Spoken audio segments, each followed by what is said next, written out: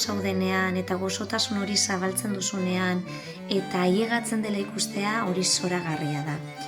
Baina horretaz gain, pentsatzen dut garrantzitsua dela mezua ailegatzea eta gu kantuei beti mezu bat jartzen diegu.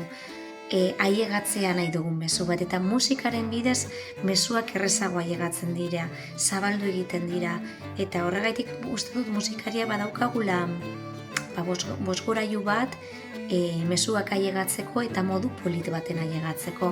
Orduan, normalean emakumeentzako, emakumeengandik sortutako kantuak dira eta mezu batekin jendearen bihotzera ailegatzeko edo mintzat buruetan bueltatxo batzuk emateko edo horretarako ere erabiltzen du.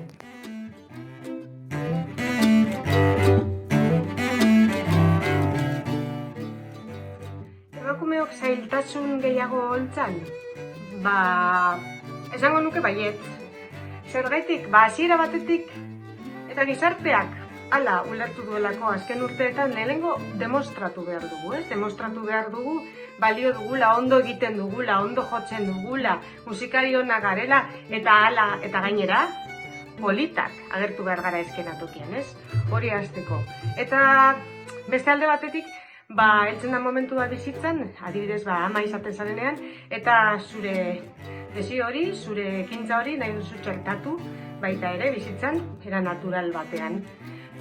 Eta jendeak batzutan ez du ulertzen, komentario ez egokiak egiten dizkizute, hori ere egin beharra duzu. Baduzu denborarik hori egiteko, aurrek ulertzen dute, hori galdetzen zaio gizon bati.